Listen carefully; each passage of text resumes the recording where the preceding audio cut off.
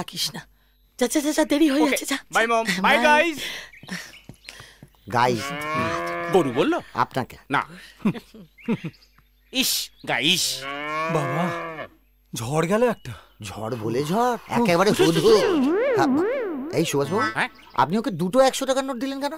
হ্যাঁ হ্যাঁ হ্যাঁ, এটা আমারও প্রশ্ন। হঠাৎ কেন? হ্যাঁ, আমি ইচ্ছে করে দিয়েছি। মানে? ওই মালটা তো এমনিতেই বকে গেছে। হ্যাঁ, ওই এই মাগনায় পেতে পেতে না ও একবার পাক্কা ক্রিমিনাল হয়ে উঠবে। তারপর স্যার আমাদেরই অ্যারেস্ট করার হুকুম দেবেন। তারপর আমরা গিয়ে একেবারে আমরা গিয়ে ভালো লাগবে রে। কি ব্যাপার, কি এত গজল্লা কিসের? গজল্লা নয় স্যার, শপথ। সামনে তো এই কঠিন লড়াই, সেই জন্য স্যার মরণপণ লড়াই করার জন্য আমরা নিজেরা শপথ নিলাম। শপথ নিলে? আই এম সরি, আপনাদের এই শপথ গ্রহণ অনুষ্ঠানে আমি তো থাকতে পারলাম না।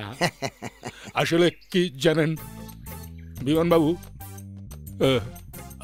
আমি খুব খুব অসুস্থ বোধ করছিলাম তো। কেন?